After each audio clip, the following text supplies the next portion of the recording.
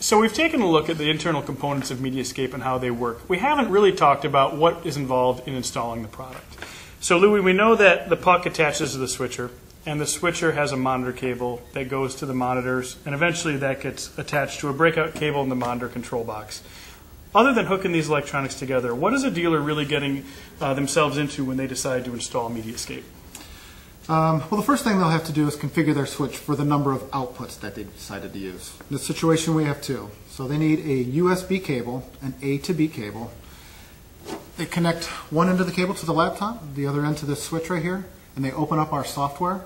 They connect to the switch, and they choose how many monitors they want to configure for, and they choose how long the standby duration is, and then they click configure.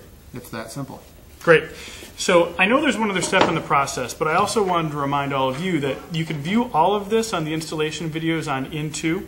Some of this might be unfamiliar, but the basic idea is that you install the furniture, you basically put the cables together, install that software called the configuration software on the switcher, which just tells it some basic information about how many monitors are here, and then what's the last step? The last step is connecting your laptop to the puck and then writing the EDID.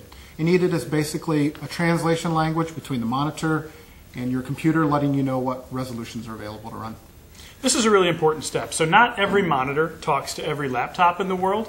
We have the chance to help them speak the same language, which is basically known as EDID, and the puck helps us in doing that. When we install the product, we can have the installer read the EDID from the monitor using a laptop, and then actually embed that EDID into the puck. It's called writing the EDID to the puck. And what that'll do is make sure that the maximum number of laptops work with the maximum number of monitors.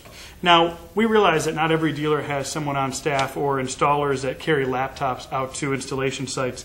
So there's a couple different approaches. One is, if you do have somebody on staff that's maybe an IT person, consider having that person visit the job site as part of the installation.